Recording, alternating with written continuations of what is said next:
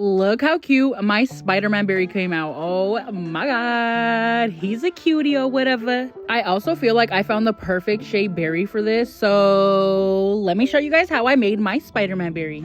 So of course we're gonna be using red, white, and black. And by the way, you guys are always asking me how I get the perfect black. For today, I'm gonna be using Chef Master Black, but usually I like to use Color Mill because I feel like it gives it a super like true black. You know what I mean? Yeah, y'all know what I mean.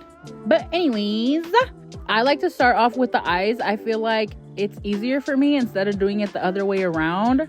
But yeah, usually this is the hardest part just because I try to make the eyes as even as possible. But if you don't like, it's okay. But try to make that your number one priority when it comes down to Spider-Man berries. Fun fact, but actually when I first started doing customized berries, this was the very first theme that I did.